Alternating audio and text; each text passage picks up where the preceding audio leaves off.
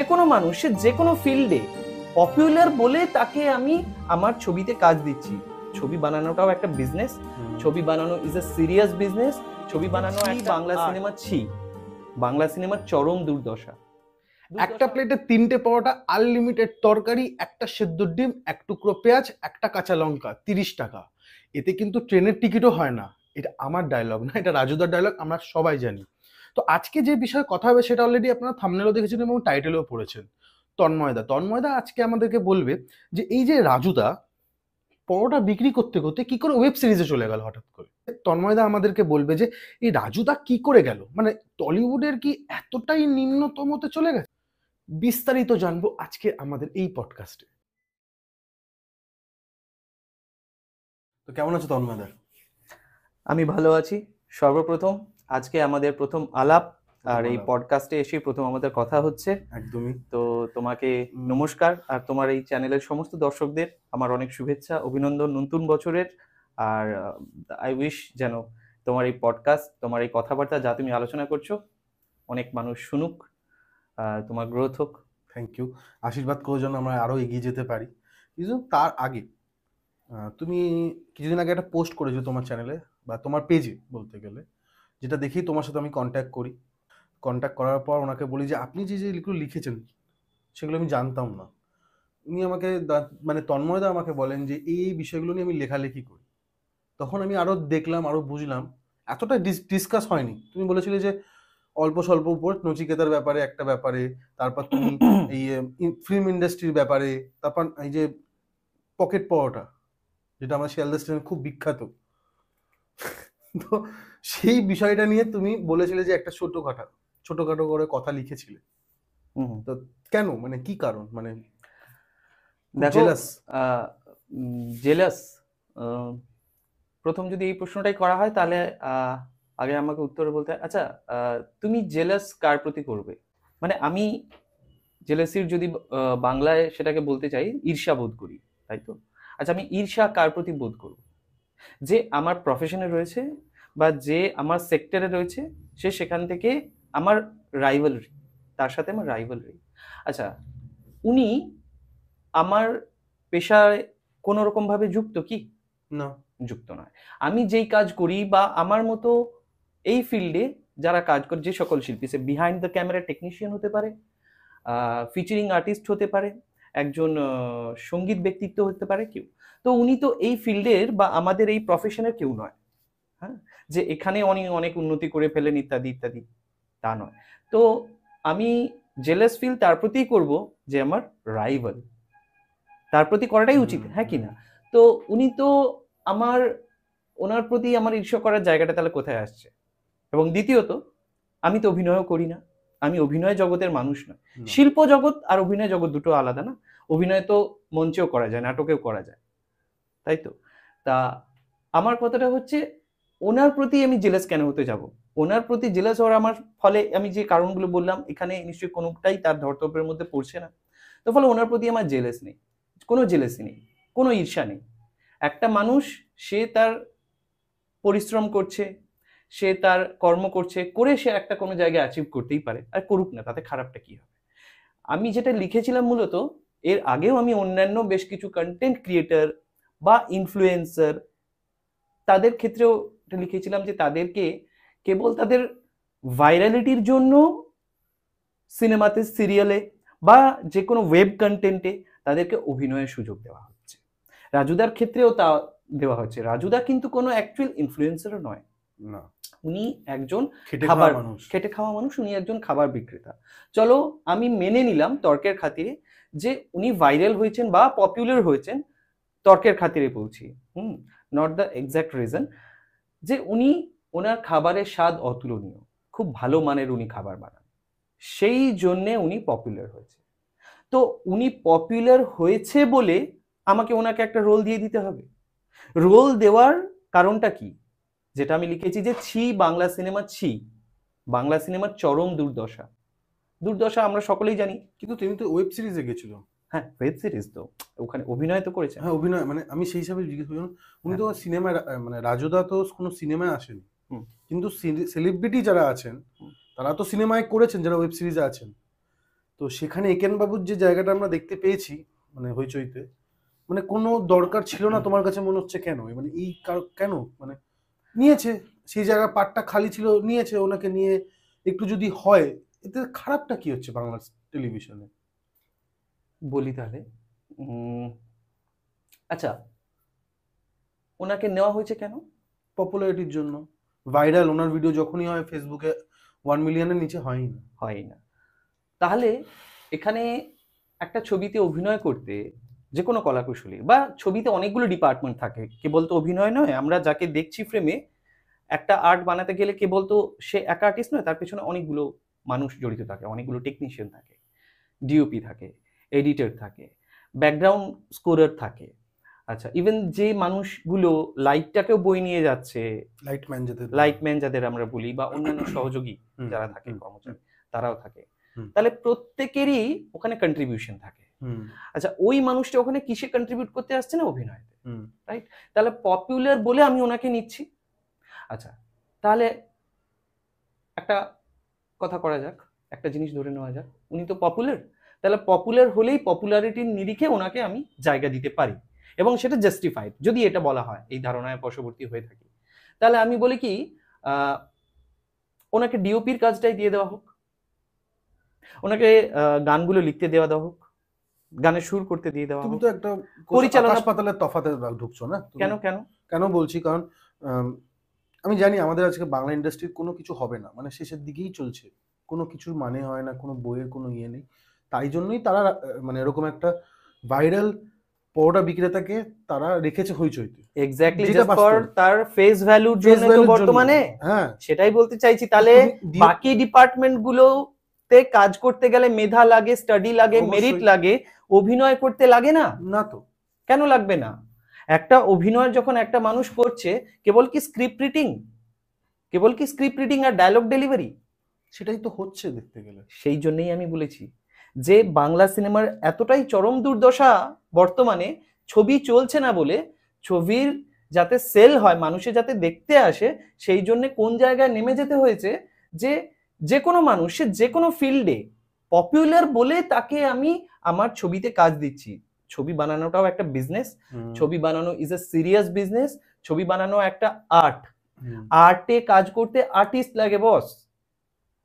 আর্টিস্টরাই তো ঠিক না আর্টিস্ট, সেটাই তো আমি সেই জন্যই বলছি, আর্টিস্টদের একটা গ্রুপ অফ আর্টিস্ট নিয়ে, টেকনিশিয়ান নিয়েই আমরা বলছি ইন্ডাস্ট্রি, বিনোদন জগৎ, বাংলা সিনেমার ফিল্ম ইন্ডাস্ট্রি।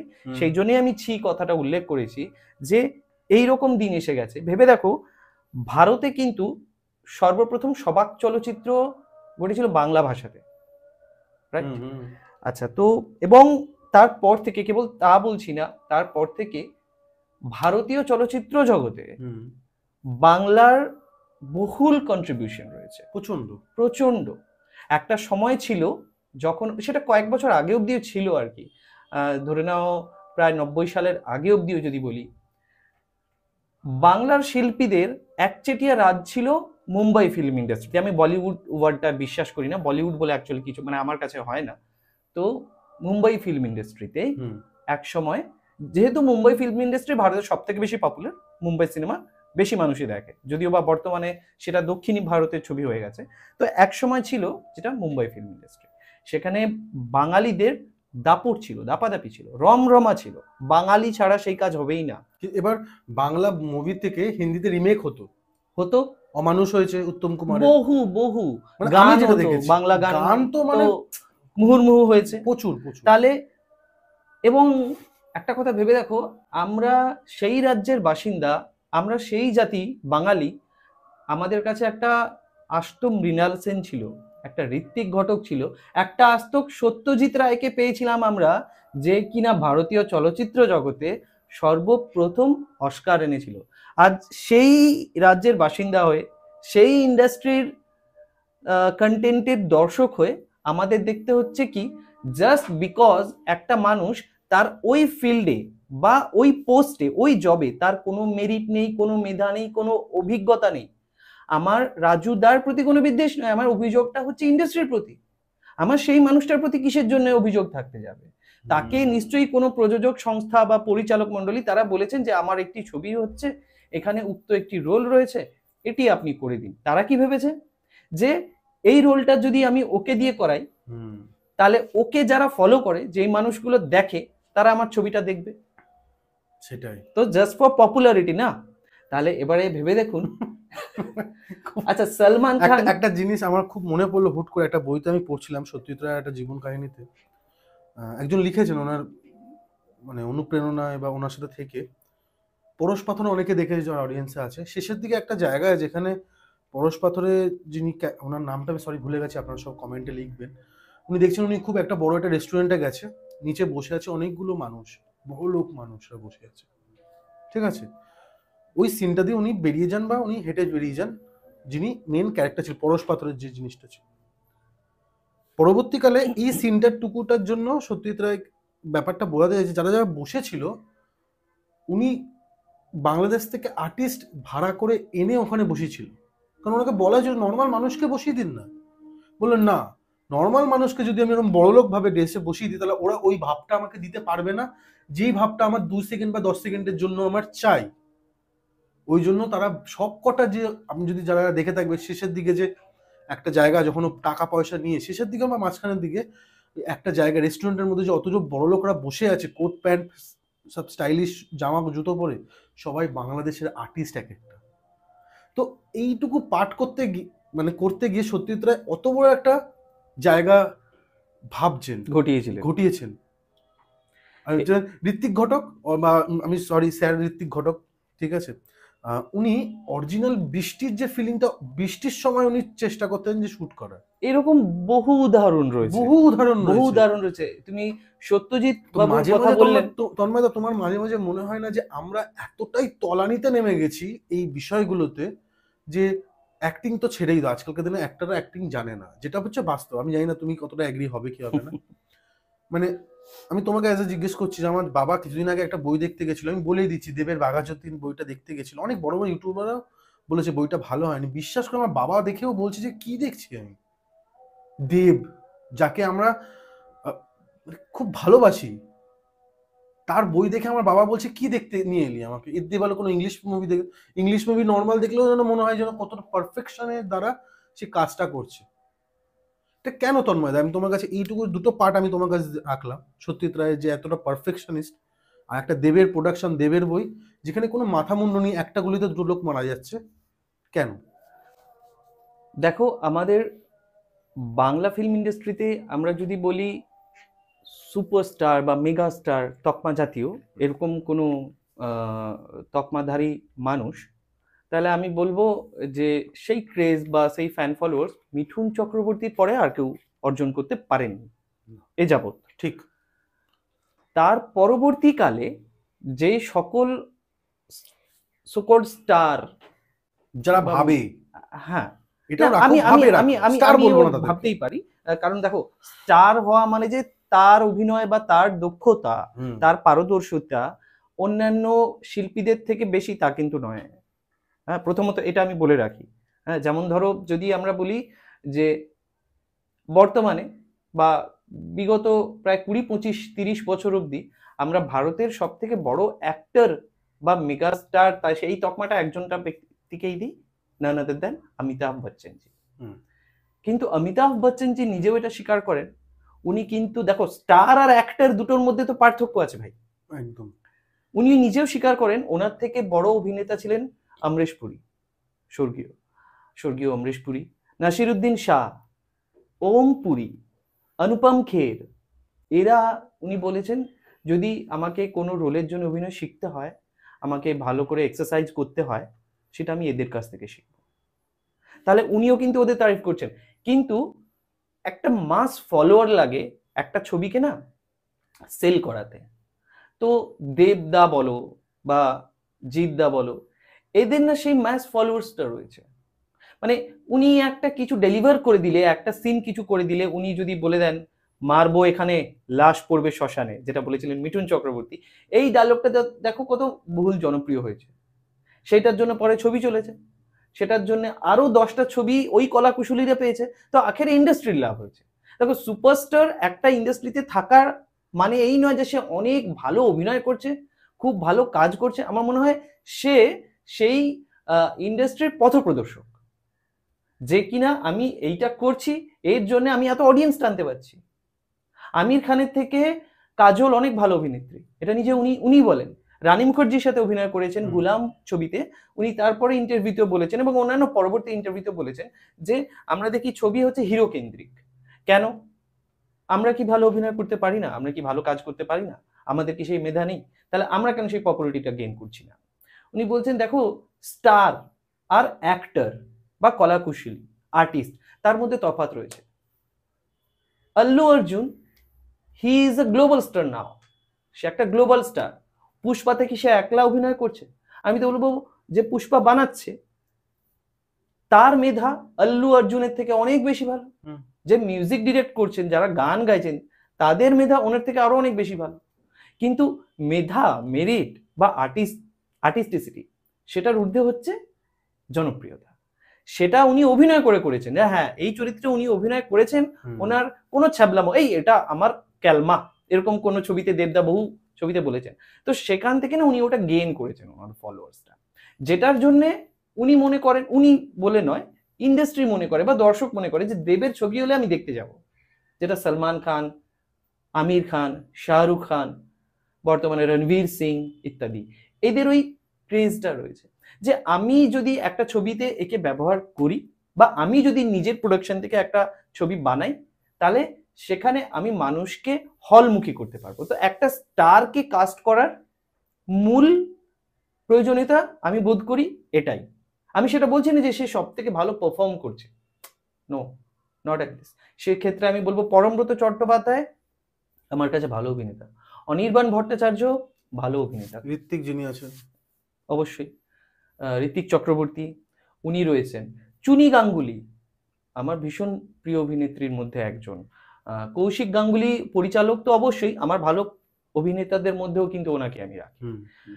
বর্তমান জেনারেশনের আমার মুদি দোকান ওনার খুব ভালো লেগেছিল, মুদি দোকান, খাদ, হ্যাঁ মুদি খাদ, হ্যাঁ।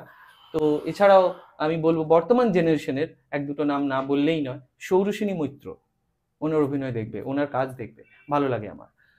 দেখো, অভিনেতা অভিনেত্রী মানেই যে সে স্টার তা নয়। একজন স্টার মিউজিক কম্পোজারও হতে পারে, একজন স্টার সিঙ্গারও হতে পারে, একজন স্টার পরিচালকও হতে পারে। তুই মাঝে মাঝে একটু ডিফেন্স খেলছো না? না না না, আমি ডিফেন্স খেলছি। দেখো, এটা আমার মনে হয় যে কেন মনে হলো আমি বলি একটু। তুমি কিছুক্ষণ আগে এমন কিছু কথা বললে যেখানে দেবদাকেও আমি দেখেছি কিছুদিন আগে নিজের কি যেন বইটা এলো, খাদান না কি বইটা, খাদান বইয়ের জন্য নাকি অনেক ফেসবুকে যারা ইনফ্লুয়েন্সার আছেন, যারা হিট ভালো, তাদেরকে নিয়ে তারা একটা পোস্ট করেছে যাতে খাদান দেখতে আসুক, আসুক। আগে আমরা দেখেছি দেবদাকে সঙ্গীত বাংলা, বলে দিচ্ছি ওপেন, হাওড়া ব্রিজ ওখানে আসছে, এসে নিজের ব্যাপারে বলছে, ইন্টারভিউ দিচ্ছে, মাইকে প্যান্ডেলে ওনার গান বাজছে, প্যান্ডেলে এসে পপুলার, মানে প্রচুর একটা ব্যাপার বিশাল। হ্যাঁ, তো কোনো একদিকে মনে হচ্ছে যে যখন যেটা চলছে তখন সেটা করাটা খুব দরকার। এখন মানে ফেসবুক ইউটিউবে মানুষ বেশি এখন ঢুকে গেছে, মানুষ আর বাইরে বেরোয় না বা সেভাবে মানুষ টিভি দেখছে না। তো এটাও তো একটা মার্কেট স্ট্র্যাটেজি, এটা তো ভালো জিনিসই বলতে গেলে। কি করে ভালো জিনিস হচ্ছে? ভালোই তো এটা না। আমি আমার ছবিটা থেকে বাইরে বেরোচ্ছ, আচ্ছা বেশ, আমি আমি আমি বেরোচ্ছ ডিফেন্স থেকে, তুমি ডিফেন্স থেকে এতক্ষণ ডিফেন্সে খেলছিলে। No no no, not at all, I am telling you briefly, the thing is that আমি একটা ছবি বানিয়েছি, মার্কেটিং বা প্রমোশন এটা কিন্তু আফটার মানে মেকিং, ওটা সেলিং এর পার্ট। একটা ছবি যখন বানানো হয়েছে, সেই ছবিটাকে বলতে বানিয়ে দিলে হবে না, সেটাকে প্রমোট করতে হবে। দেখো, ছবির মধ্যে আমার গল্প রয়েছে, নাচ রয়েছে, গান রয়েছে, ডায়লগ রয়েছে, অভিনয় রয়েছে, ইত্যাদি ইত্যাদি বিভিন্ন জিনিস রয়েছে। সেখানে কলাকুশলী রয়েছে, কলাকুশলীদের দিয়ে আমি একটা জিনিস বানিয়েছি, একটা গল্প বানিয়েছি, একটা নাটক বানিয়েছি। এটাকে সেল করার জন্য আমি স্ট্র্যাটেজি করছি। ভাই, দুটো জিনিস আলাদা। মানে আমি সেল করার জন্য ওখানে রোলেই কাউকে দিয়ে দিচ্ছি যে এসো তুমি অভিনয় করো, তাহলে তো সেটা আর্ট হলো না। না, প্রথমত তো সেটা আর্ট হচ্ছে না, আমি সেটা মানুষকে গেলাতে চাইছি। যদি কোনো ইনফ্লুয়েন্সার হোক বা কোনো পপুলার পার্সোনালিটি হোক, তাকে আমি অভিনয় করার জন্য এখানে আমার গল্পে ঢুকিয়ে দিচ্ছি, সেটা তো প্রমোশন হচ্ছে না। সেটা প্রমোশনের পার্ট কোথায় হচ্ছে? দেখো, অভিনয়টা তো শিল্পটারই পার্ট। আর আমি যখন একটা ছবি বানিয়ে সেটাকে প্রমোশন করার জন্য বিভিন্ন জায়গায় গিয়ে মঞ্চে গিয়ে সেটার প্রচার করছি, বা অন্য কোনো ইনফ্লুয়েন্সার বা কন্টেন্ট ক্রিয়েটার তাদেরকে ডেকে একটা ইভেন্ট করে আমি সেটাকে লঞ্চ করছি, দুটো তো আলাদা জিনিস হয়ে যাচ্ছে। আমি তো ছবির মধ্যে ইনফ্লুয়েন্সারকে ঢোকানো, আর ছবি বানানোর পরে ছবিটা সেল আউট করার জন্য ইনফ্লুয়েন্সারকে দিয়ে প্রমোট করানো, দুটো তো আলাদা বিষয়। বোঝাতে পারছি কিনা? তো ওখানে তো ছবিটাতেই মেধা থাকছে না, আমি সেইটাকে কেন বেচার জন্য লোককে বলছি ভাই এই ছবিটা দেখো, আমি কেন দেখবো? সেখানে আর্টিস্টই নেই। আমি সবজি দোকানি, পরোটা দোকানি, কে চা দোকানি, তাকে দেখার জন্য ছবি দেখতে যাব? কেন দেখতে যাব? একটা মানুষ হলে টিকিট কেটে যায় কিসের জন্য? বিনোদন হওয়ার জন্য। বিনোদন মানে তো এই নয় আমি, তুমি বা রামশ্যাম, যদুমধু, X Y Z, whoever the person is, যার সেই মেধাটা নেই, যার সেই মেরিট নেই, সে মঞ্চে উঠে নাচ করবে, সে গান করবে, সে অভিনয় করবে, আর মানুষকে বলবো যাও হলে গিয়ে এসে টিকিট কেটে দেখো। আর না দেখলে পরে আমি তারপরে বলতে থাকবো বাংলা সিনেমার পাশে দাঁড়ান, বাংলা সিনেমার পাশে দাঁড়ান। আর কেন, কোন সিনেমাটা ভালো আমি দেখতে যাব? তুমি ভালো একটা সিনেমা ভালো তো দূরের কথা, হুম, ভালো কোনো গল্প টল্প এখন আসে না। হুম, মানে কয়েকজন বাদে, আমি সবাইকে বলবো না, যিনি হ্যাঁ হ্যাঁ অবশ্যই মানে- অবশ্যই, তা তো অবশ্যই। মানে কি বলবো, সৃজিত মুখার্জি ইনি আছেন, হুম, কৌশিক গাঙ্গুলি আছেন, হুম, তারপর আরে আমাদের মিউজিক যিনি, রঞ্জনা আমি আর আসবো না, অঞ্জন দত্ত, অঞ্জন দত্ত উনি আছেন। ইনাদের ফিল্ম অস্বাভাবিক লাগে। অনেক তরুণ পরিচালক রয়েছে, রিঙ্গো, না, আমার রিঙ্গো ওনার, মানে আমি জানি না ভাই, আমি রিঙ্গো, মৈনাক, মৈনাক গাঙ্গুলি তো মৈনাক, গায়েবই হয়ে গেল 2-3টে বই করার পর, আমি তারপর দেখতে পাই। ভৌমিকের কথা বলছি আমি, মৈনাক ভৌমিক। হ্যাঁ, মৌমিক ভৌমিক রোগা করে চশমা পরতেন, ওর উনি তো বেশি বই করলেন না, না বেশি বই করেননি, উনি যতগুলো যে করলেন ঠিক করেছেন আছে। হ্যাঁ। তো অনেক তরুণ পরিচালকদেরও নাম করতে হয়, হ্যাঁ, মানে ঠিক আছে, কিন্তু না আমার রিঙ্গোর, যা তুমি নাম বললে, আমি রিঙ্গোর কয়েকটা ফিল্ম দেখি, এটা ফুটবলের ফিল্ম ছিল, মনে আছে? ফুটবলের উপর একটা ফিল্ম করেছিলেন তিনি। হুম, মানে কেন হচ্ছে, কি জন্য হচ্ছে, আমি এখনো ওনার ফিল্মে বুঝতে পারিনি না। হুম। মানে এটা যদি তুমি দেখো সেরকম ভাবে, ওনার ফিল্মটা মানে ভালো, ঠিক আছে, কিন্তু না বুঝতে পারি না হচ্ছেটা কি। এইরকম অনেক সময় দেখো, হয়তো এটা তুমি একটা বিশেষ কোনো ছবির কথা বলছো, এমন নয় যে আমি ভালো চাইলেই ভালো বানিয়ে দিতে পারবো। দেখো এটা হয় না, আমাদের প্রত্যেকের চেষ্টা প্রথমে কি থাকে যে আমি একটা ভালো জিনিস বানাবো, একটা মানুষের করতে গিয়ে কিছু পার্সপেক্টিভও থাকে। ভুল তো হতেই পারে। না ভুল আমি তো একদম তাদেরকে বলবো না। এমনি এমনি হুম, একটা প্রডিউসার এত বড় ডাইরেক্টরের উপর টাকা লাগাবে, এটা ভুল হতে পারে না। আমার থেকেও তারা প্রচন্ড জ্ঞান রাখে। কিন্তু ওই যে তুমি একটা কথা আমাকে বলেছিলে, যে একটা রিক্সাওয়ালা কি ভাবছে ওই গানটা নিয়ে, হুম, আর একটা বড়লোক সোসাইটি কি ভাবছে ওই গানটা নিয়ে, এটার মধ্যে পার্থক্যটা আমাদের খুঁজতে হবে। হুম, এক্স্যাক্টলি। কিন্তু আমি পারিনি, কারণ আমি তার সাথে কথাই বলিনি যে আপনি কি চাইছেন ব্যাপারটাতে বইটার মধ্যে। হ্যাঁ, দর্শক কি চাইছে সেটা অনুযায়ী আমাকে ছবি বানাতে হবে, ছবি boss। বানাতে হবে। এই যে আজ 2015 সাল, 16 সালের আগে অব্দিও তুমি যদি দেখো, একটা কথা বলি, 3 ইয়ারের কথা, তিনিয়ারি কথা, কবে বেরিয়েছিল, কবেকার, হুম, হুম, হুম। রুদ্রনীল, আর কি ছিল, রুদ্রনীল, জুন মালিয়া, পরমব্রত, জুন মালিয়া, হ্যাঁ, শাশ্বত চক্রবর্তী, আর হুম, ওনার নাম লক্ষ্মী ছাড়া, ওনার হুম, হুম, ওনার হুম, একটা হুম। নাম ভুলে যাচ্ছি, সরি, আপনারা আবার কমেন্টে জানাবেন।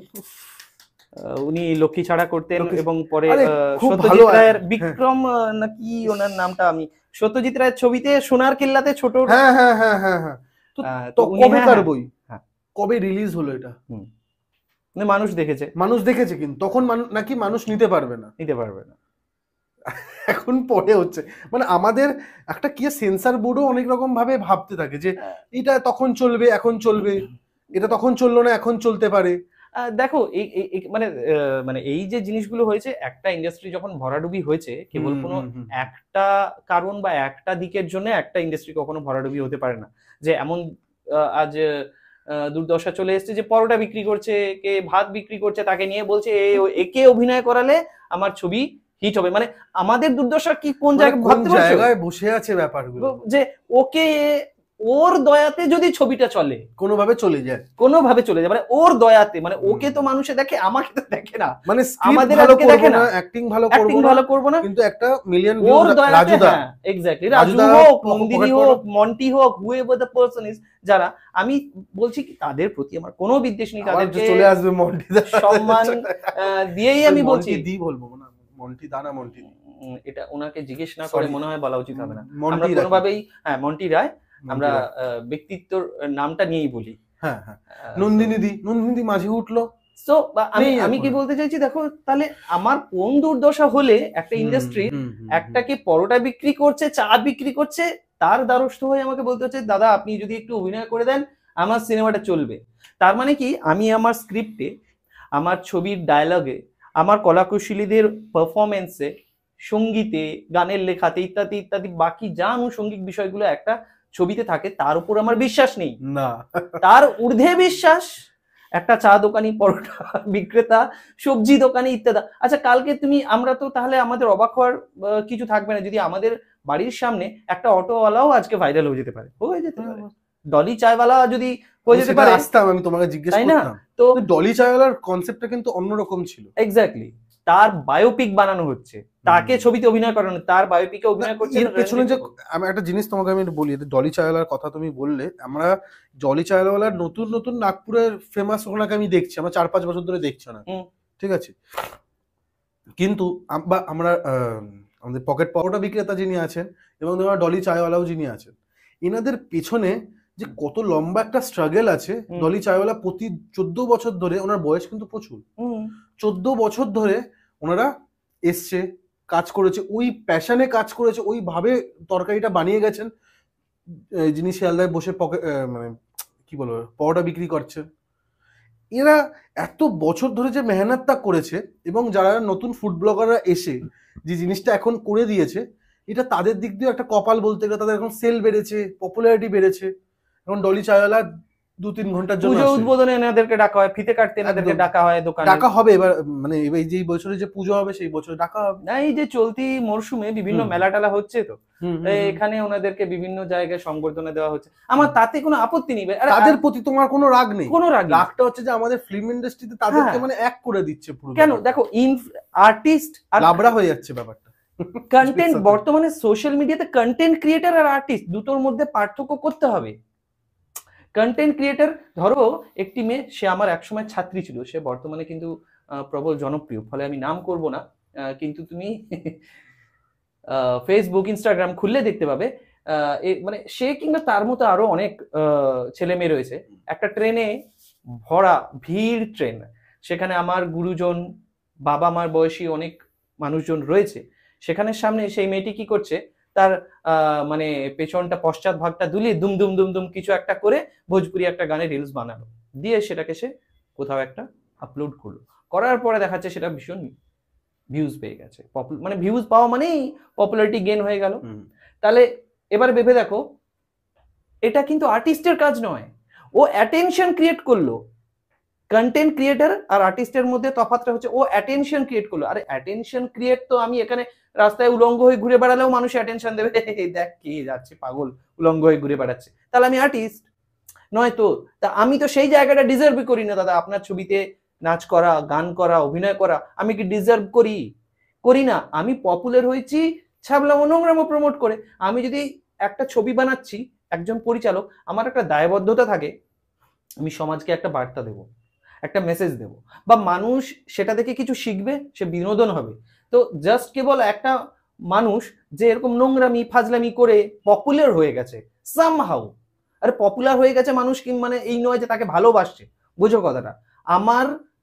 আমি তাকে দেখে হাসছি, এই মেয়েটি কি করছে, আমি তাকে দেখে উপহাস করছি, কিন্তু ওই যে আমি দেখে নিলাম, আমার একটা ভিউ তো তার কাউন্ট হয়ে গেল, তো তার 1 মিলিয়ন ভিউজের মধ্যে আমার এই ভিউটাও কাউন্টেড, রাইট? তো এইভাবে সে ভিউজটা পেয়েছে। ওনারা কেন এই কথাটা বুঝতে পারছে না? এইভাবে ওই ভিউজটা সে পেয়েছে। তাহলে যে আর্টিস্ট, সে কি করেছে?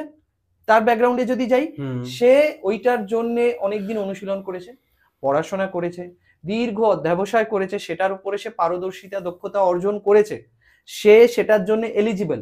সে যে কোনো দক্ষ বা মানে এস্টাবলিশ অভিনেতা হতে পারে, কিংবা সেই সকল ছেলে মেয়েগুলো যারা রোজ নানান প্রোডাকশন হাউসে, নানান অফিসে পরিচালক প্রযোজকদের সাথে, স্যার একটু টাইম হবে, স্যার আমি আমার একটা অডিশন ক্লিপ পাঠিয়েছি, কাইন্ডলি একটু হোয়াটসঅ্যাপে চেক করবেন। সেই ছেলে মেয়েগুলো ভাবো তাদের কথা, যারা ওটা ডিজার্ভ করে, তাদেরকে যেখানে প্রোডাকশনে যায়, না না আরেকটু ভালো হবে, আরেকটু ভালো হবে, এটা সেই ছেলে মেয়েগুলোকে বলা হচ্ছে। দিনের পর দিন তারা চটি ঘষছে বিভিন্ন প্রোডাকশন হাউসে। তাকে হয়তো এরকম হওয়ার পরে, তোমাকে একটা উদাহরণ দিই, এরকমও হয়ে থাকে জানো, এইরকম ছেলে মেয়েগুলোর সাথে যেটা হয়, ধরে নাও অনেকের বাড়ি তো কলকাতায়, অনেকের বাড়ি ধরে নাও কলকাতা শহর থেকে বেশ কিছুটা দূরে, যেখানে থেকে তার এখানে আসতে, আমাদের টলিপাড়ায় আসতে 3 থেকে 4 ঘন্টা সময় লাগে। হয়তো তাকে শিফটের টাইম কখন দেওয়া হয়েছে জানো? সকাল 7টায়। সকাল 7টায় মানে তাকে ভোর 4টে থেকে উঠে সেই জায়গা থেকে বেরোতে হবে। সেখানে ট্রেন আছে কি, বাস আছে কি, অটো আছে কি, কোন ভেহিকেল আছে আমরা জানি না, কিন্তু সে সামহাও না কোনোভাবেও 7টা 10 থেকে 7টা 10-15-র মধ্যে না সে সেটে ঢুকে যায়। গিয়ে কি দেখে জানো, কেবলই মেকআপ আর্টিস্ট আর 1-2জন অ্যাসিস্ট্যান্ট ডিরেক্টর ছাড়া ফ্লোরে আর কেউ নেই। ডিরেক্টর এলেন 1 ঘন্টা পরে, তিনি এসে টেকনিশিয়ানদের এটা বোঝাচ্ছেন, শর্ট বলছেন, স্ক্রিপ্ট নিয়ে আলোচনা করছেন, টেকনিশিয়ানদের সাথে লাইট করছেন, ইত্যাদি ইত্যাদি ব্যাপার। ওই ছবির যারা মূল চরিত্র, হিরো হিরোইন, তারা আসছেন কটায়, আরো 2-3 ঘন্টা পরে। মানে দেখা গেল বেলা 12টায় একটা গাড়ি করে হাফ প্যান্ট পরে এলো, এসে তার মেকআপ নিতে আরো 2 ঘন্টা।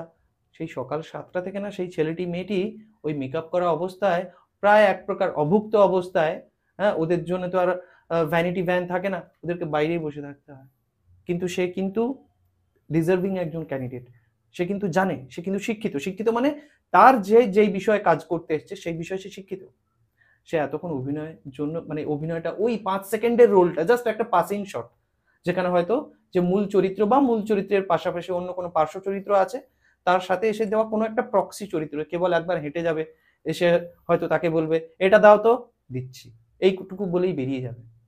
যেটা হয়তো সিনে তার চরিত্রটা এতটাই ব্লার থাকে, সে পরবর্তীকালে নিজের অস্তিত্বই ওই ফ্রেমটার মধ্যে খুঁজে পায় না। কিন্তু সেই ছেলে মেয়েটার কথা ভাবো, এই মানুষগুলোর কথা ভাবো, কেন ভাববো না, তারা এলিজিবল, তার অধিকার আছে ওইটা পাওয়ার জন্য। আমি যদি কেউ যদি অনেকে বলে থাকে যে রাজুদা বা ইত্যাদি ইত্যাদি এদের চরিত্রের ডিউরেশন ছিল ওখানে 1 মিনিট, আরে 1 মিনিটের জন্য কাজ করতেও অভিজ্ঞতা লাগে, মেরিট লাগে, মেধা লাগে, স্টাডি লাগে, অভিজ্ঞতা লাগে, লাগে তো। তো সেই মানুষগুলো বা অন্য কোনো এস্টাবলিশড অ্যাক্টর অলসো, সে সেটা ডিজার্ভ করে বস, যে ওইটাতে তার কোনো পারদর্শিতাই নেই, যার ওটার প্রতি প্রথমত কোনো ইন্টারেস্টও নেই, তুমি তাকে এনে ওই জায়গায় ছবিতে দিয়ে বলছো কেন, না তোমার একটাই উদ্দেশ্য, যেন তেন প্রকারে আমার ছবিটা যেন চলে যায়। বিভিন্ন রকমের এরকম কারণ, এইগুলোর জন্যই তো বাংলা ছবি আজকে তলানিতে চলে গেছে। ভেবে দেখো, আমরা মানে আমি 90s-এর ছেলে, ঠিক আছে, আমরা আমাদের সময় কিন্তু প্রচুর বাংলা সিনেমা দেখেছি, প্রচুর দেখেছি, এবং আমার বলতে কোনো কুণ্ঠা নেই, আমি যত বিদেশি ছবি দেখেছি তার থেকে বেশি ভারতীয় ছবি দেখেছি, হিন্দি, বাংলা, এবং পরবর্তীকালে কিছু দক্ষিণী ছবিও দেখেছি, ডাবড, কারণ আমি দক্ষিণী ভাষাটা বিশেষ বুঝি না। তুমি ভেবে দেখো না, বাংলার দর্শক না এইরকম ছিল এক সময়, যখন রবিবার দিনে DD7-এ, যখন কেবল লাইনও সেইভাবে সব জায়গায় পৌঁছায়নি, রবিবার দিন দুপুরে একটা বাংলা সিনেমা দেবে, গোটা বাড়ির লোক সাদা কালো টিভিতে, বা বাড়ির পাশাপাশি অন্যান্য লোকজন যাদের বাড়িতে হয়তো টিভি নেই, তারা এসে না ওই ছবিটা দেখবে। সেই চলছে বেদের মেয়ে জ্যোৎস্না, সেই চলছে চিরঞ্জিতের সময়, চিরঞ্জিতের ছবি, উত্তম কুমারের ছবি, বা প্রসেনজিতের ছবি, শ্বশুরবাড়ি জিন্দাবাদ ইত্যাদিতে, ভিক্টর ব্যানার্জি সেই হচ্ছে মঙ্গলদ্বীপ জেলে, এই সমস্ত যে গানগুলি ছিল যেসব ছবিতে, এই ধরনের ছবি চলছে, মানুষের দেখছে। দেখো, আর বর্তমানে কি হচ্ছে বলো তো, দেখবে বেশি মানুষের পরিচালক প্রযোজকদের ফোকাস হয়ে গেছে কোথায়, না ওটিটি ওয়েব সিরিজের উপরে।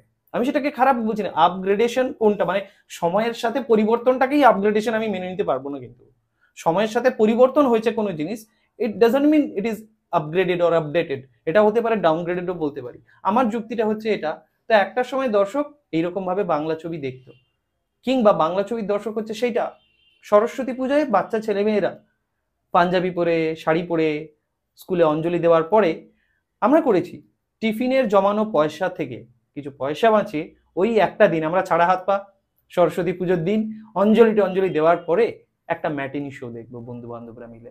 এরকম হয়েছে, এরকমও হচ্ছে বাংলা ছবির দর্শক, যখন ভাইফোঁটার দিন, জামাই ষষ্ঠীর দিন বাড়িতে আত্মীয়রা আসে, ভাই বোন, জামাই, দিদি ইত্যাদি, ভাগ্নি, সকলে মিলে, গোটা পরিবারের লোকজন মিলে হলে গিয়ে টিকিট কেটে একটা ছবি দেখবে। এখন ছবি দেখতে গেলে তারা কি পাবে, না দেখছে বেশিরভাগ ওয়েব সিরিজ বলো, বা বর্তমানে আরো অন্যান্য বেশ কিছু ডার্ক বা ইন্টেন্স বা সাসপেন্স থ্রিলার যেগুলোকে নাম দেওয়া হয়েছে, সেখানে দেখবে তুমি ছবির চরিত্র বা গল্পে এরকম জিনিসই প্লটেড বেশি থাকে, প্ল্যান্টেড থাকে, হয় নীলকুঠি, পতিতা পল্লী, পরকিয়া, মুখে অশ্রাব্য গালাগালি, আচ্ছা, আর ফাউল ল্যাঙ্গুয়েজেস, এই রকম জিনিসের ব্যবহার বা প্রচলন বেশি। আমি বলছি না যে ডিমান্ড অনুযায়ী সেটা ওখানে যায় না, যায় হয়তো, কিন্তু আমাকে একটা কথা বলো তো, এই ছবিগুলো তুমি, আমি, আমরা আজকের দিনে দাঁড়িয়েও তুমি তোমার পরিবারের সাথে বসে দেখতে পারবে? দেখতে পারবে? আমার পার্সপেক্টিভটা অন্য, আমি একটু তোকে বলি, তুমি না বলে নাও তারপর আমি বলবো। আমার মনে হয় আমি যেই ধরনের মানুষ বা আমার মতো অন্যান্যরা যে কালচারের মানুষ, আমি বলছি না যে সেই ছবিটা খারাপই অ্যাকচুয়ালি, আমি খারাপ বলছি না, না, ডাউনফলের কারণ বলছি। ওই ছবিটা আমরা প্রত্যেকে পরিবারের সাথে বসে দেখতে পারবো না। আমাকে ভয় দেখতে হবে ওটা ওটিটিতে রিচার্জ করে আলাদাভাবে, এক, তাহলে পরিবারের সাথে দেখতে পাবো না যখন, তাহলে একটা গোটা পরিবারের যে দর্শক সংখ্যা, জনসংখ্যা, আমি সেটা দর্শক হিসেবে হারালাম, এক নম্বর। এই ধরনের গল্প ছাড়াও, এই প্লটগুলো ছাড়াও অন্যান্য অনেক ভাষায় বা আমাদের বাংলা ভাষাতেও ভালো ছবির গল্প হয় নাকি, স্ক্রিপ্ট হয় নাকি, হয়, কিন্তু কিন্তু কেবলই কেন এইরকম দেখাতে হবে আমাকে, এইরকম ধরনের ডায়লগ ইউজ করতে হবে কেন, কেবল ফাউল ল্যাঙ্গুয়েজ ইউজ করতে হবে কেন, কেবল পরকীয়া, যৌনতার নামে সুরসুরি দিয়ে এরকম কিছু সিনস কেন বানাতে হবে? এগুলো ছাড়াও তো ভালো ছবি হয়। আমি একটা মফস্বলের মানুষ, ঠিক আছে, আমি যদি আমার ওখানের কথাও বলি বা আমাদের থেকে একটু দূরত্বে গিয়ে বলি, ওটিটি কিন্তু আমাদের মা, কাকিমা, কাকা, জেঠা ইত্যাদি ইত্যাদি বা 45 বছরের ঊর্ধ্বের বেশিরভাগ মানুষ, তারা কিন্তু, তাদেরকে যদি জিজ্ঞেস করা হয় আপনি ওটিটি দেখেন, ওটিটিতে রিচার্জ করে ওটিটি প্ল্যাটফর্ম দেখেন, ছবি দেখেন, ওয়েব সিরিজ দেখেন, তুমি বেশিরভাগ ক্ষেত্রেই উত্তর আসবে না। তাহলে আমি দর্শক এক হারিয়ে গেলাম, হারিয়ে ফেললাম।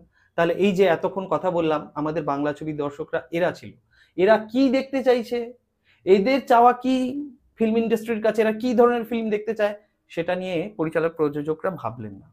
তারা তারা যেটা বানাতে চায়, তাদের যেটা সুখ বানিয়ে, তারা সেটা বানিয়ে দিল, এবার দিয়ে বলছে মানুষ তুমি এটা খাও। সে কেন খাবে? তার ওটা ইচ্ছে নেই দেখার, সেই জন্যে তো সেই ছবিটা চললো না, হ্যাঁ কিনা? একটা ছবি কখন চলে না? মূল কথা আমি বলবো যে মানুষে দেখতে চায়নি। মাঝে মাঝে না তোমার কথাতে একটু আমি অন্যরকম মানে ঢোক পাচ্ছি, কেন বললাম, আজকে একটা ডাইরেক্টর সে চাইবে সবসময় আমার ফিল্ম হিট হোক, হুম। যেভাবে হোক, ঠিক আছে, সেই চাওয়াটা তো ভুল না। আমি সেই আমার প্রসঙ্গেই তো তোমাকে বললাম। আমার কথাটা কি ভুল না? হ্যাঁ, অবশ্যই তাই ভুল না? না। আমাদের কাকা জ্যাঠার সময় কিছু কিছু গান চলেছে, যে গানগুলো হচ্ছে যে আর কত রাত একা থাকবো, হুম, সেটাও তো একটা অন্যরকম ইঙ্গিত দিচ্ছে। এক্স্যাক্টলি দিচ্ছে। কিন্তু আজকালকার দিনে জিনিসটা যদি স্ট্রেট ফরওয়ার্ড হয়ে যায়, ক্ষতি কি সেখানে? আর্ট না লিটারেচারের অঙ্গ, সাহিত্যের অঙ্গ। সাহিত্যে আমি এটা বলতে পারি, বধুয়া, রিমিঝিমি এই শ্রাবণে, hmm, something lyric was that like, মেঘে ঢাকাই গগনে, চায় যেতে অভিসারে, ওগো তুমি, তুমি এসো মোর ঘরে। হুম, এটা কিন্তু খুব স্পষ্ট, খুব সাধারণ ভাষায় বলা আছে, হুম, হুম। কিন্তু দেখো এটা সুরে, ছন্দে, লয়, মানে তো কথার একই দাঁড়াচ্ছে। কথার মাধুর্যতায় যখন সেটা প্রেজেন্ট হচ্ছে, তার কাছে সেটা ফাউল লাগছে না সুন্দর লাগছে। আর্টটা দেখো, আর্টটা তো সুন্দর হতে হবে, প্রথম কথা কি, আমি যদি এমন একটা দৃশ্য দেখাই যেখানে ভালোবাসার বা প্রেম করছে, সেটা কোনো ইন্টিমেট সিন, সেটা সুন্দর লাগতে হবে। আমার কাছে বিকিনি পরা একটা মেয়ে বা ছোট পোশাক পরা একটা মেয়ে, সে নোংরা নয়, কিন্তু সেটা প্রয়োজনে তাকে যদি দেখছি স্ক্রিনে, সেটা ডিমান্ড, প্রথম তো ডিমান্ড, দ্বিতীয়ত তাকে সেখানে ভালো লাগছে, এটাও বোঝো। ভালো লাগারও তো একটা বিষয় আছে। এবারে যেই দর্শক হঠাৎ করে দেবের পাগলু দেখতো, জিতের ধরে নাও 100% লাভ দেখতো, হঠাৎ করে তুমি তাদেরকে যদি বলো মন্টু পাইলট দেখো বা অন্যান্য যে কোনো ক্রাইম সিরিজ যেগুলো হয়ে থাকে, সেই ধরনের যে কোনো একটা তাকে সিরিজ ধরিয়ে দিয়ে বলছে এটা দেখো, আরে সে আকাশ পাতাল তফাৎ পাচ্ছে তো। আমি কি বলছি, আমি নিয়ে যাব আমার দর্শককে, মানে প্রত্যেকটা ডিরেক্টরের যদি চাওয়া এরকম হয় আমি ঋতুপর্ণ ঘোষ হব, ঋত্বিক ঘটক হব, তা বললে কি করে হবে? দেখো একটা কথাও তো মানতে হবে যে ঋতুপর্ণ ঘোষ কিন্তু কমার্শিয়ালি সাকসেসফুল ডিরেক্টর কোনোদিনও ছিলেন না, কিন্তু প্রত্যেকটা অভিনেতা, অভিনেত্রী বা কলাকুশলী, টেকনিশিয়ান, সকলের স্বপ্ন একটাই ছিল, অমিতাভ বচ্চনের খোদ, যে আমি একবার ওনার সাথে কাজ করব। কাজ করব। তাহলে দেখো, যখন ওই সময় আমাদের বাংলা সিনেমার নির্মাতারা ওই ধরনের সিনেমা বানাতেন, ওই ধরনের গান বানাতেন, মানুষের ওটা চাহিদা ছিল বলে বানাতেন, মানুষের শুনেছে, পপুলারও হয়েছে, আমি কলকাতা রসগোল্লা, রসের টইটম্বুর। তো আমি এই কথাটাকে ডিফাইন করলে যদি একটু অন্যভাবে কিছু করে বলি, তাহলে কথাটার মিনিং কিন্তু আসলে আমরা প্রত্যেকেই বুঝি। আমি রসে টইটম্বুর, কলকাতা রসগোল্লা, এরকম ধরনের তো আছে, লিরিকটা ছিল, লাইনটা আছে। আছে তো। তো এবারে বলো, সেই লিরিকটা, সেই কথাটা শুনতে চেয়েছে মানুষের, তখনের মানুষের লাইফস্টাইল সেরকম ছিল, মানুষের কথন সেরকম ছিল, মানুষের বচন সেরকম ছিল, সেই জন্য তো মানুষের সেটা তো সেটাকে চেঞ্জ অ্যাকসেপ্ট হতে হতে করেছে। বেড়ে গেছে তো এখন। হ্যাঁ, বেড়েছে তো। তো বেড়ে সেটাকে কাজে লাগানো উচিত কি উচিত না? না, সেটা কোন ধরনের মানুষের জীবনযাত্রা পাল্টেছে তুমি সেটাও দেখো। কেবলমাত্র কলকাতা বা শহর কেন্দ্রিক মানুষের নয়, আরে তুমি আরেকটু এখান থেকে 100 কিলোমিটার দূরে যাও, গঙ্গার উপারে চলে যাও, সেখানেই কিন্তু মূল বাংলা ছবির দর্শক ছিল। এটা ভাবো, যারা ছবিটাকে হিট করাতো কেবলই কলকাতা বা হাওড়া বা আমাদের এই পার্শ্ববর্তী না, অঞ্চলগুলো না, নয়। না, না, না, না, না।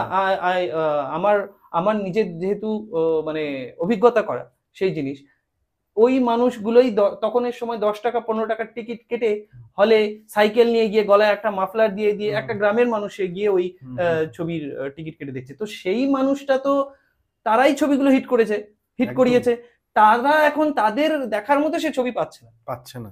সেই জন্য এখন বর্তমানে, এবার দেখো, ছবি মানুষের না দেখলে ফ্লপ। আমার মনে হয় না যে ডাইরেক্টররা কনফিউজড কোনো বিষয় নিয়ে, এই যে কি খাবে কি খাবে না, মনে হয় ভীষণ ভাবে, কনফিউজ না। ভীষণ ভাবে। দেখো, একদল সৃজিত মুখার্জি বানাচ্ছে এমন এমন বই, সৃজিত মুখার্জি, সরি ওনাকে মানে স্যার বলবো, উনি যে ধরনের বই বানাচ্ছে সেই বইটা সবাই কিন্তু নিতে পারে না, তাই না?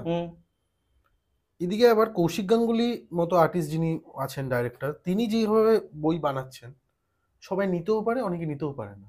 মানে সবার মধ্যে একটা আলাদা আলাদা জনার, আলাদা আলাদা দিক বোঝা যাচ্ছে, কিন্তু কমার্শিয়ালটা আস্তে আস্তে মনে হয় না কোনোভাবে উঠে যাচ্ছে। গেছে তো।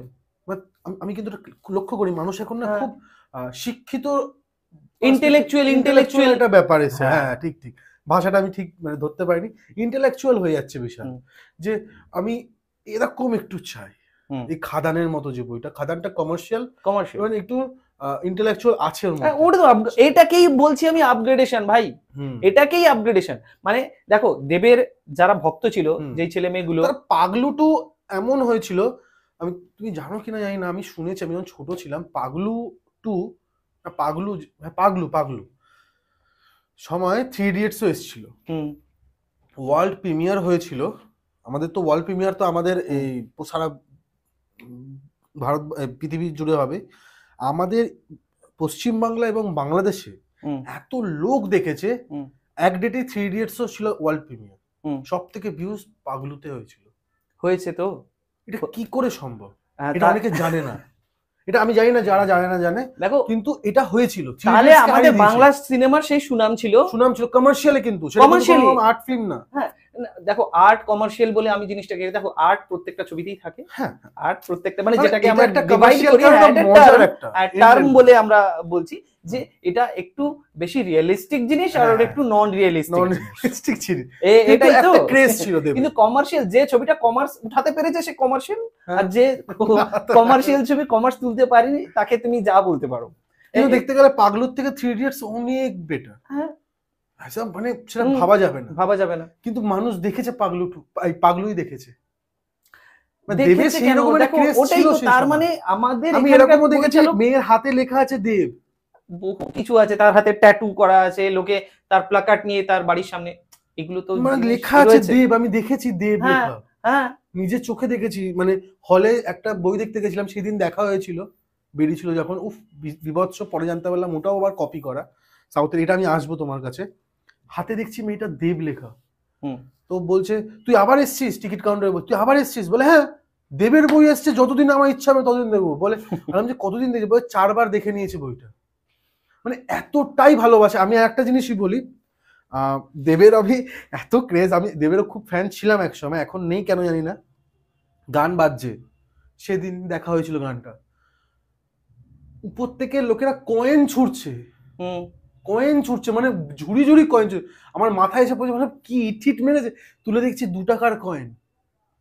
মানে এতটা ভালোবাসতো দেবকে, এখনো বাসে, কিন্তু সেই ব্যাপারটা আর নেই। হ্যাঁ, এবার দেখো, এটাই তো হচ্ছে ব্যাপার, যে তার মানে আমরা এটা প্রমাণিত যে বাংলা সিনেমা চলতো, মানুষের জিতের ফিল্ম আসবে, মানুষ অপেক্ষা করতো, এবং হল ভরে ভরে মানুষে দেখতো, তাকে ভালোবাসা দিত। এটা তো একদম, ভালোবাসা একদম। ছাড়া আর কিছুই না। কিছুই না এটা। একটা তার এটা মানে কি বলবো, মানুষের প্রতি তার একটা গ্র্যাটিটিউড থাকা উচিত যে সে মানুষের কাছে এটা অর্জন করতে পেরেছে। পেরেছে।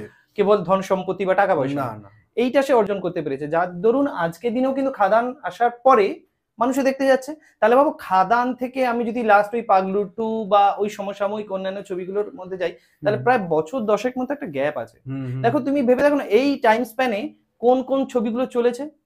বহু হল বন্ধ হয়ে গেছে। আরে হল যে বন্ধ হয়ে গেছে, লোকে হল মালিকদের দোষ দিচ্ছে। আরে হল বন্ধ হবে কেন? কেন হবে না? সেই যে হলটা যেই জায়গায়, এটা নিয়ে যদি কথা বলা হয় না দাদা, তো অনেক লম্বা কথা হয়ে যাবে। কেন বলবো, ছোট্ট করে বলি। আজকে অনেকে এই গণেশ চন্দ্র ইভিনিউ চেনে হিন্দা আইনক্সকে, অনেকেই চেনে ওয়েলিংটনে।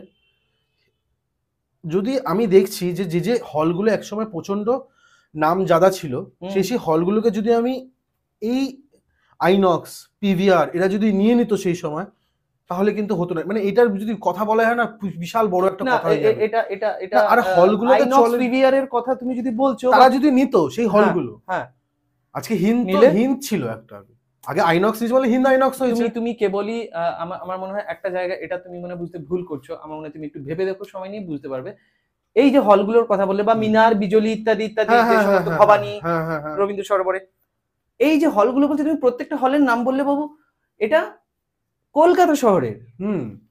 কেবল কলকাতা শহরের উপরে একটা ছবির মানে সেটা আমি বলছি। হ্যাঁ হ্যাঁ, এবার তুমি বলছো যে পিভিআর বা প্রিয়া সিনেমাস বা আইনক্স, এই যে কোম্পানিগুলো, এরা ওন করবে কোন হলগুলোকে। এরা, তুমি একটা ভেবে দেখো, এরা কিন্তু প্রত্যেকটা এই কোম্পানিগুলো বড় শহরে অবস্থিত। শিলিগুড়ি, কল্যাণী, হলদিয়া, কলকাতা তো আছেই, কলকাতা সহ বর্ধমান ইত্যাদি ইত্যাদি, মানে যেগুলো শহর কেবল সেখানেই আছে। তুমি কেন এত বড় অংশ একটা গ্রামের মানুষ, গ্রামের ফ্র্যাটার্নিটি, তাদেরকে কেন বাদ দিচ্ছ? সেখানে হল নেই, সেখানে হল আছে, সেখানে হলের টিকিটের দামও কম, হয়তো অতটা লাক্সারি নয়, সেই সিটগুলো অতটা এসি নয়, বা সাউন্ড সিস্টেমটা অতটা ডেভেলপ নয়, অতটা হাইজেনিকও নয়। হয়তো গুটকা ইত্যাদি হ্যান্তার জিনিসপত্র আমরা পড়ে থাকতে দেখবো, হয়তো সপ্তাহে একবার বা দুবার ক্লিনিং হয়, কিন্তু দর্শক আসন তো রয়েছে। দর্শক সেখানে অনেক বেশি পিভিআর কিংবা আইনক্স এর থেকে। একটা জিনিস বোঝো, আইনক্স বা পিভিআর, সেখানে সিনেমা দেখতে গেলে আমার একটা মিনিমাম যে টিকিট ভ্যালু হবে কমপক্ষে 250 থেকে 300। তো 250 থেকে 300 টাকা দিয়ে টিকিট কাটা মানে কেবল টিকিটের ভ্যালু তো নয়, যাতায়াতেরও খরচ রয়েছে একদম, বা সেখানে বসে সে যদি কিছু খায় সেটারও খরচ রয়েছে। তো ধরে নাও কমপক্ষে 5 থেকে 600 টাকা তার খরচা হবে একজনের। একজন জেনারেলি সিনেমা হলে গিয়ে সিনেমা দেখে না, খুব কম, মানে আমি দেখেছি যদিও, কিন্তু আমি ধরে নিচ্ছি ওটা ছেড়ে দাও, কমপক্ষে 2 থেকে 3 জন তো যাবে। তাহলে দুজনের পক্ষে খরচা হচ্ছে 1200। মাসে কটা ছবি রিলিজ হচ্ছে? ধরে নাও 3 থেকে 4টি। আমাকে যদি 2টি ছবিও দেখতে হয়, আমাকে 1200 টাকা এক্সপেন্স করতে হবে কমপক্ষে। আমি আমার কি বলবো, আমার হ্যাসিয়ত অনুযায়ী আমি যদি ভাবি, 1200 টাকা আমি কেবল 2টো ছবি দেখার জন্য আমি খরচা করব, আমার সেক্ষেত্রে মনে হয় না এই জিনিসটা খুব একটা এফেক্টিভ বা ফ্রুটফুল নয়। কিন্তু গ্রামের হলগুলোতে তুমি জিনিসটা ভেবে দেখো, সেটা নয়। তুমি এই অটোওয়ালা, রিক্সাওয়ালা, মাছ দোকানি, এদেরকে তুমি বলো তো যাও তো পিভিআর এ গিয়ে সিনেমা দেখো, ওদের কি টাকা নেই? টাকা আছে, কিন্তু ওদের কাছে 300 টাকার ভ্যালুয়েশনটা ছবি দেখার থেকে বিরিয়ানি খাওয়া, অন্য কিছু খাওয়াতে। এই যে তুমি কথাটা বললে, এই কথাটা দিয়ে একটা কথা বলি।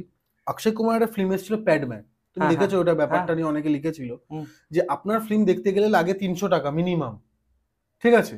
এবার ধরুন আপনি 300 টাকা দিয়ে ফিল্ম যে দেখছে, সে ওখানে আরো 200 টাকা খরচা করছে, 500 টাকা মেরে যদি ফিল্ম একজনের প্রতি খরচা হয়, যে 500 টাকা রোজগার করে দিনে, যারা 100 টাকা রোজগার করে তাদের জন্য এই ফিল্মটা, কিন্তু 500 টাকা যারা দিনে খরচা করে ফেলছে তাদের জন্য ফিল্মটা না, নয় তো। 100 টাকা যারা আয় করছে তারা 30 টাকা দিয়ে হতে পারে ফিল্মটা দেখে কিছু জানতে পারলো, কিন্তু আপনি 500 টাকা খরচা করছেন একজনের জন্য, এই প্যাডম্যানের জন্য। আমাদের হাই সোসাইটির জন্য এই ফিল্মটা ছিলই না, ছিলটা একটা মেসেজ ছিল। হ্যাঁ, একটা বিলো সোসাইটি, যারা ওই জিনিস, বদভ্যাসটা রয়েছে, এটা ফিল্মটা সবার জন্য, কিন্তু মেসেজটা আমি বলবো ওই ওই মানে ব্যাপারটা। কিন্তু তুমি কিন্তু জানো কিনা, খেয়াল করো কিনা দাদা, শাহরুখ খানের ফিল্মে টাকা কিন্তু কম থাকে। সালমান খান, অক্ষয় কুমার, আমির খান, এদের টিকিটের চার্জ সবসময় বেশি থাকে। এটা খেয়াল করেছো কোনোদিন? থাকবেই তো। কেন থাকবে? শাহরুখ খান যেখানে 120 টাকা থেকে 200-250 টাকার মধ্যে একটা ইয়ে রাখে, সেখানে সালমান খান এবং আমির খানের টিকিট স্টার্টই হয় 300 থেকে 350 টাকা করে। দেখো অক্ষয় কুমার শাহরুখ খান এমনি ওনাকে গ্লোবাল স্টার বলা হয় না, কিছু স্ট্র্যাটেজি আছে যেটা আমি লাস্ট ফিউ ইয়ার্সে কিন্তু লক্ষ্য করেছি। পাঠান যখন রিলিজ হয়েছে উনি বেশ কিছু জানো কি কিছু মানে কিছু শো ফ্রি করে দিয়েছেন।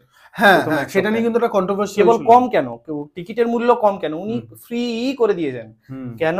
দেখো এটা মার্কেটিং স্ট্র্যাটেজি নয় কেন? স্টার, এই যে তখন আমরা স্টারের কথা বলছিলাম, উনি স্টার হচ্ছে কি দেখো উনি নিজের ক্রেজটা বানানোর জন্য প্রথমে মানুষকে দেখিয়ে দিল, বুঝতে পারছো? মানে সেই অনিল আম্বানির জিও রিচার্জের মতো, মানে আগে ফ্রি নেট এবারে এসে ইউজ কর, এবারে তাহলে মানুষ ধরে নাও 500 মানুষ দেখে নিয়েছে, তারা সোশ্যাল মিডিয়াতে হোক বা বন্ধুদের সামনে অফলাইনে হলেও তারা প্রচার তো করছে একদম। এবার বলছে এই তুই দেখিসনি, আরে ইয়ার ইট ওয়াজ আ সুপার হিট ফিল্ম, তুই শুধু গিয়ে দেখবি, বলেছে। খালি একটা কারণ কি ফ্রি হয়েছে বলে, ফ্রি হয়েছে বলে। এবার দেখো ভাই, যে আমাকে ফ্রি দিয়েছে আমি তার গুণগান গাইবো না, এটা হতে পারে? আমি তো বলবোই মেরিট যাই হোক, মেরিট যাই হোক। তারপরে তো শাহরুখ খান রয়েছে ভাই, তার তো একটা আলাদাই ক্রেজ, তার ফেস রয়েছে, মানে আলাদাই। ধরে নাও সিনেমাতে বর্তমানে ভগবান তোমাকে বলতে হবে, তো তারা এসে তো প্রচার করেই দিল। তো এবারে বাকি যে 5000 মানুষ দেখেনি না, তারা গিয়ে সিনেমাটা দেখে নিল। এবার সলমান, আমির বা অন্যান্য স্টার, আমি জানি না তাদের কি স্ট্র্যাটেজি, তাদের মনে হয় আমার নির্ধারিত এই মূল্যে টিকিট থাকতে হবে। কেন থাকতে হবে? এটারও একটা কারণ আছে। দেখো সলমান, শাহরুখ বা আমির, এরা জানো কি, মানে অন্য প্রোডাকশনের ছবিতে অভিনয় করতে গেলে ওরা কিন্তু টাকা নেয় না, টাকা নেয় না। ওরা কি করে, ছবির একটা লভ্যাংশ নিয়ে নেয়। তো এবারে যদি লভ্যাংশ তাকে নিতে হয়, তাহলে বেশি লাভ করতে হবে। আরে তোমার আমার কি চাওয়া, লাভ আমি বেশি করব, তাহলে টিকিটের মূল্য বেশি হলে লাভ আমি বেশি পাবো। As simple as that. আমার এটা আমাদের জানা নেই, কারণ আমরা না অত মাথায় রেখে আমরা সিনেমা দেখতে যাই না। হ্যাঁ, এবারে দর্শকটা তো এফোর্ড করতে পারলো, তাই সেটাই তো সে আমি লাভ করব ভেবেছি, ভালো কথা, কিন্তু একটা দর্শক যদি সেও ভাবে আমি 500 টাকা 600 টাকা আজকে খরচা করব না, তাহলে তার পক্ষেও সেটা খারাপ যুক্তি তো নয় না। তো না তো এবারে যেই হলগুলোতে টিকিট মূল্য কম, এসি নয়, নন হাইজিনিক, লাক্সারিয়াস নয়, সেখানে লোকে 20 টাকা 30 টাকাতে এসে সিনেমাটা দেখে নেবে। সিনেমা দেখেছে, তার মানে সে সিনেমাটা তো হয় সেল হয়েছে, এই জন্য দর্শক ছিল, আর এই জন্য এখনো নেই। তো মানে এরকম কিছু কারণ বর্তমান আর কি। তো দাদা, আমরা একবারে শেষের দিকে রয়েছি, এবং একটা প্রশ্ন সবসময় আমাদের মাথায় কাজ করে, বা আমার এবং দর্শকদের মাথায় কাজ করছে আমার মনে হয়। একটা সময় ছিল যখন রজনীকান্ত বাসের কন্ডাক্টর ছিলেন, অক্ষয় কুমার মালয়েশিয়া বা কোথাও একটা বাইরে থেকে সেখানে রেস্টুরেন্টে উনি ওয়েটারের বয় কাজ ছিলেন। করেছেন। তারপর বাবান হিরানিও ছিলেন, এরকম কাজ করতেন, নিজের মায়ের সাথে হেল্প করতেন দোকানে। জনি ওয়াকারও ছিলেন, তো বাস কন্ডাক্টর ছিলেন। তো তারা যদি হতে পারে অ্যাক্টর, তাহলে ইনি কেন হবে না, যাকে নিয়ে আজকে এত সমালোচনা? তুমি কোনো জায়গায় এটা মনে হয় না নিজেকে একটা অন্যভাবে রাখছো? আচ্ছা, এটা কি কোথাও আমরা মানে এই সোর্সটা কি আমরা জানি? আমরা এই সোর্সটা জানি যে রজনীকান্তের কথাই যদি বলি উদাহরণস্বরূপ, উনি বাসের কন্ডাক্টর ছিলেন, কিন্তু দেখবে উইকিপিডিয়াতে তো ওনার প্রোফাইলটা আপলোডেড রয়েছে, গিয়ে দেখবে, ভালো করে দেখবে, উনি তার আগেও থিয়েটার অভিনেতা ছিলেন। মানে আমি বলতে চাইছি উনি অভিনয়টা করতেনই। এবারে অভিনয় করলেই বা অভিনয় করার আমার প্যাশন থাকলেই তো যে আমি সেখান থেকে অনেক বড় প্রফেশনাল অ্যাক্টর হয়ে যাচ্ছি, সেখান থেকে উপার্জন করতে পারছি, তা নয়। তিনি তার প্যাশনটা ফলো করার সাথে সাথে যাতে কিছু উপার্জন করতে পারে তার ফ্যামিলির জন্য, সার্ভাইভ করতে হবে তো মানুষকে, প্যাশনটা তো তাকে আর পেটে ভাত দেবে না, পেটে ভাতটা তো খেতে হবে, সেইটার জন্য উনি কন্ডাক্টরি করতেন, উনি অভিনয় করতেই চাইতেন। তারপরে ওনার থিয়েটারে অভিনয় দেখার পরেই কিন্তু অন্য একজন পরিচালক ওনাকে কাস্ট করেছিলেন। এই স্টোরিটা নিশ্চয়ই আমরা সবাই জানি যে ওনাকে নাটক থেকে করা হয়েছে। তাহলে নাটক করতে কখন থেকে শুরু করলেন?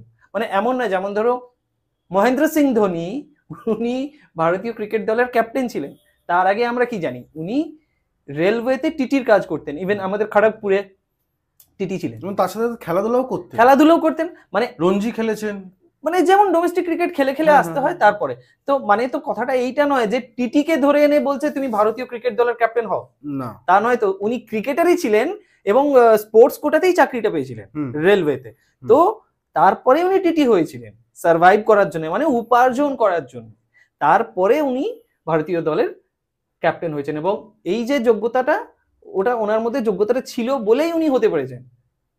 মানে এই ধরো যাদের নিয়ে কথা হচ্ছে, যে সকল এই পরোটা বিক্রেতা হোক বা কোনো ইনফ্লুয়েন্সার হোক, তার ওই উক্ত ডিপার্টমেন্টে যেটাতে তাকে কাস্ট করা হয়েছে অভিনয়ের জন্য, সেটাতে তার কোনো পারদর্শিতা বা সেটাতে তার কোনো নলেজ বা অভিজ্ঞতা তার নেই বলে তাকে কাস্ট করা হয়েছে। আর সেই ছবিটা বানিয়ে আপনারা বলছেন এই ছবি দেখুন, বাংলা সিনেমার পাশে দাঁড়ান। আমার অভিযোগটা সেখানে, অবজেকশনটা এখানে। আর রজনীকান্তের কথা যদি বলা হয়, জনি ওয়াকারের কথা বলা হয়, অক্ষয় কুমার প্লেট ধুতেন, আরে তারা ছিলেন। অক্ষয় কুমার তো মডেলিংও করেছেন, কই সেই কথাটা তো কেউ বললেন না। জ্যাকি শ্রফ তোমার জ্যাকি শ্রফ মডেলিং করেছেন, মডেলিং তার আগে তোমার টিকিট ব্ল্যাক করতো, টিকিট ব্ল্যাক করতো। তো সেইটা করার সাথে তার মধ্যে সেই মেধাটা ছিল, সে সেইটাতে করতো। সার্ভাইভ করার জন্য লোকে চুরিও করুক না, আমার তাতে কোনো আপত্তি নেই। না, পেটের দায় লোকে করেছে, এখন তুমি কি স্বভাবে বলে আলাদা, অভাবে তো অনেকে অনেক কিছুই করে। তো লোকে জেলেও গিয়েছে অনেক সময়, যাই হোক। তো what ever the thing is, তারা উক্ত বিষয় মেধা রাখতেন, সেটা অনুশীলনও করতেন, কেবল উপার্জনের জন্য বা সার্ভাইভ করার জন্যে সেই সময় বাসে কন্ডাক্টরই হোক বা রেস্টুরেন্টে কাজ করা হোক ইত্যাদি ইত্যাদি পেশাতে নিযুক্ত ছিলেন। এইবারে এই যে সকল, আমি মানে আমার কথা শেষ করে দিই, যেটা আরো মানে একটুখানি বর্ধিত করে, যেটা আমি করেছিলাম সেটা তোমাকে কমেন্টে একজন বলেছিল, আই থিংক কেবল কমেন্টে সহ আমাকে আরো অনেক লোকজন ব্যক্তিগত মেসেঞ্জারেও এরকম ধরনের কোশ্চেন করে। বলো না, তাদের একটু ব্যাপারে বলো না একটু। দেখো, বিষয়টা হচ্ছে, আমার কথা হচ্ছে এই যে যারা ইনফ্লুয়েন্সার, তারা তো আর্টিস্ট নয় না। ইনফ্লুয়েন্সার, আবার ইনফ্লুয়েন্সার কথাটার অর্থ যদি আমি একটু ডিটেলে যাই, যে মানুষকে ইনফ্লুয়েন্স করছে।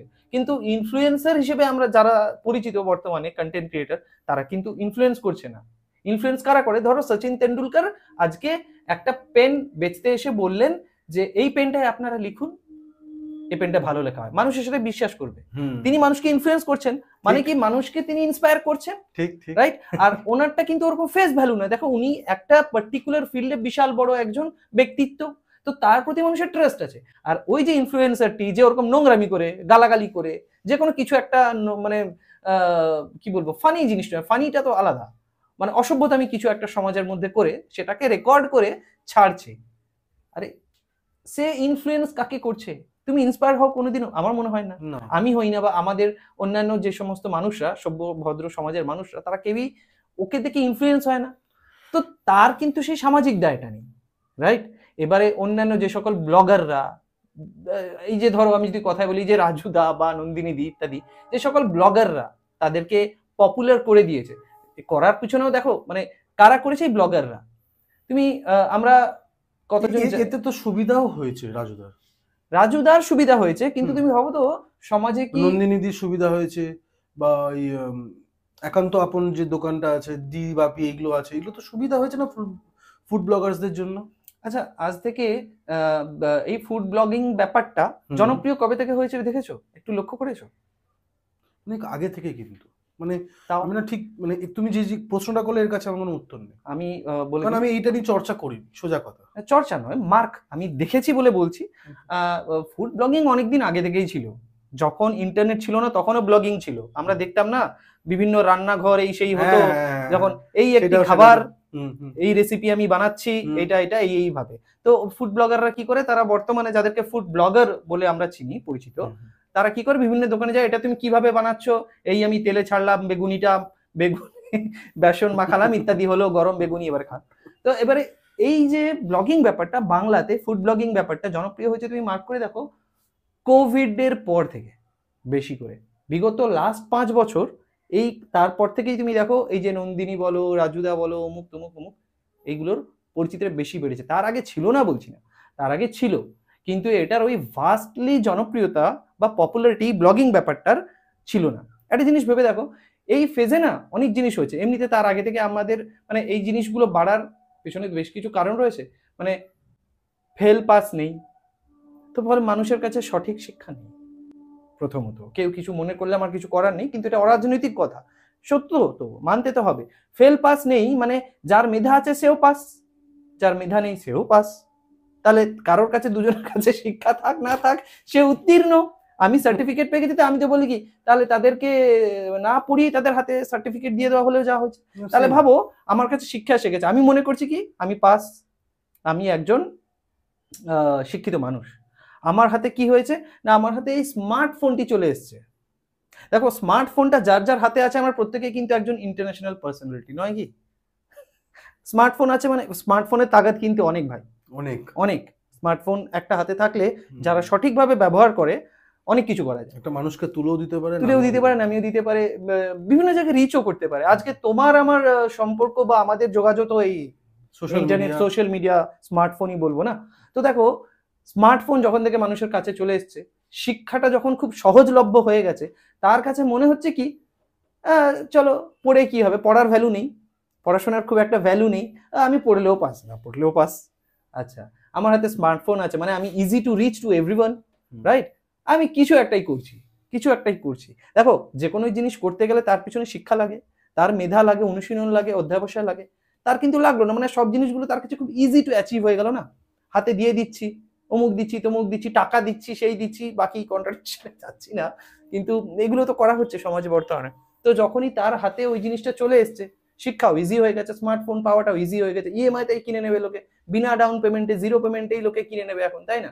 যে কোনো ফোন, একটা মানে অ্যান্ড্রয়েড বা অ্যাপেলেরও যদি বলি কিনতে বিশাল কিছু আহামরি কোনো খরচা লাগে না। তো সে কিনে নিল, কিনে নেওয়ার পরে তার মধ্যে যেহেতু মেধা নেই, শিক্ষা নেই, সে কি করবে? ভুল কাজই করবে। কি সে কি করছে, যে পরোটা বানাচ্ছে, কে চা বানাচ্ছে, সেটা গিয়ে শুট করছে। আমি বলছি না সে যেটা করছে রং, মানে যারা ওই চা বানাচ্ছে, বিক্রি করছে, আরে সে তো তার ব্যবসা করছে। এরা কি করছে, এরা কিন্তু তাদের ব্যবসা টাইম এসে তাদেরকে কিন্তু অ্যাকচুয়ালি ভেবে দেখো ডিস্টার্বই করছে। প্রথম দিকে কি হচ্ছে, এদের ব্যবসা কিছু এরা কাস্টমার পেয়ে যাচ্ছে, প্রথম দিকে ইনকাম হয়ে যাচ্ছে, তারপরে ভেবে দেখো যখনই ওরা চলে গেল ওর ব্যবসাটা কিন্তু ডাউন পড়ে গেছে। এরকম বেশ কিছু উদাহরণ আছে, মানে সেটা অন্য কোনোদিন আলোচনা করা যাবে। আমরা বলছি না, আমরা সবাই জানি। তো এই বিষয়টা হচ্ছে কি, দেখো এটা নেগেটিভ ইম্প্যাক্ট। এবার কি বলছি, ধরো আমাদের বাড়ির ছেলে মেয়ে বা কোনো একটা আমার ছাত্রছাত্রী যারা রয়েছে বা এরকম প্রত্যেকেই যারা রয়েছে, একটি ছেলে একটি মেয়েকে তার বাবা মা কি করছে, ক্যারাটা শেখাচ্ছে, গান শেখাচ্ছে, নাচ শেখাচ্ছে, একটা ভালো কনভেন্ট স্কুলে তাকে পড়াচ্ছে, স্পোকেন ইংলিশ শেখাচ্ছে, ইত্যাদি ইত্যাদি। দুবেলা টিচার লাগিয়ে রেখেছে, স্কুল থেকে যাওয়ার আগে টিচার, স্কুল থেকে ফিরে আসার পরে আবার টিচার, ঘুম থেকে উঠে আবার পড়া, এই তার জার্নি চলছে। আবার তার যেগুলো উইক অফ ডেজ, সেখানে তার অন্যান্য টিচার, গানের, ড্রয়িং এর, নাচের, এগুলো লেগেই রয়েছে। তো সেই ছেলে মেয়েটি যখন সে হাতে মোবাইল পাচ্ছে, সে কি দেখছে এবার ভাবো, এই লোকটা তো পড়াশোনাই করেনি, 8 পাস হবে বা ফেলই হবে, কিছুই করেনি। তার ক্যাপশনে এই যে ব্লগারগুলো তুমি দেখবে ক্যাপশন দেয়, দেখবে ভুল বানান লেখা রয়েছে, কেন? তার মধ্যে সেই মেধাটা নেই বলে।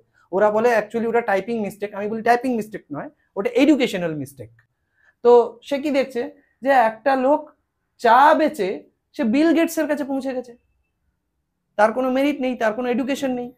চা ভালো বানায় কি খারাপ বানায় পরের কথা, স্বাদের জন্য এত বড় হয়েছে চায়ে তো সে নয়, মার্কেটিং এর জন্য হয়েছে। তো সে দেখছে যে পড়ে কি লাভ তাহলে আমার, গান শিখবো, নাচ শিখবো, এতক্ষণ ধরে আমি সময় দেবো আমার শিক্ষার জন্য, এত বয়স অব্দি পড়বো, খরচা করবো, কি দরকার? ছেড়ে দাও তো, আমাকে একটা স্মার্টফোন কিনে দাও, আমায় দুটো হাঁড়ি কিনে দাও, আমি রাস্তায় একটা বেঞ্চ পেতে ঘি ঢেলে বিরিয়ানি বিক্রি করি, ব্লগাররা এসে আমাকে কোটিপতি করে দিয়ে যাবে। বলো তার এটা কি নেগেটিভ ইম্প্যাক্ট হচ্ছে না? একটা বাচ্চা ছেলে বা বাচ্চা মেয়ে সে কি শিখছে, আরে অ্যাভেলেবল তো, সকলের কাছে স্মার্টফোনটা অ্যাভেলেবেল।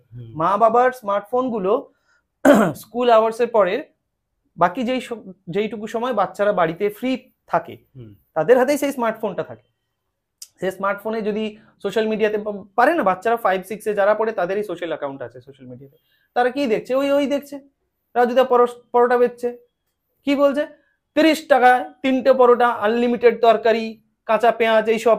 হ্যাঁ, তো সে বলছে আমি এইটা বলতে পারলেই ফেমাস হয়ে যাব, জীবনে বড় হয়ে যাব, আর কি চাই, আর কি দরকার, পড়ার কি দরকার আমার? তো বলে আমি মনে করি এই যে জিনিসটা চলছে, এই যে ট্রেন্ডটা চলছে, এটা বন্ধ হওয়া দরকার। এটার কিন্তু নেগেটিভ একটা জিনিস, এই জিনিসটা কোনোদিন চেঞ্জ হবে না। কেন বলছি, যতক্ষণ না বাড়ির লোকেরা সেই পথ না দেখানো পর্যন্ত। আজকে আমি যদি তোমার হাতে একটা ফোন তুলে দেবো, 5 এ পড়া বা 6 এ পড়া বা 4 এ পড়া, এক্স্যাক্টলি, একদম সঠিক কথা, বাড়ির লোক যদি আমাকে হাতে তুলে দেয়, তারা আমার কিন্তু ক্ষতি করছে, আমার বাড়ির লোকেরা। একদম সম্পূর্ণ অসহমত এটার সাথে।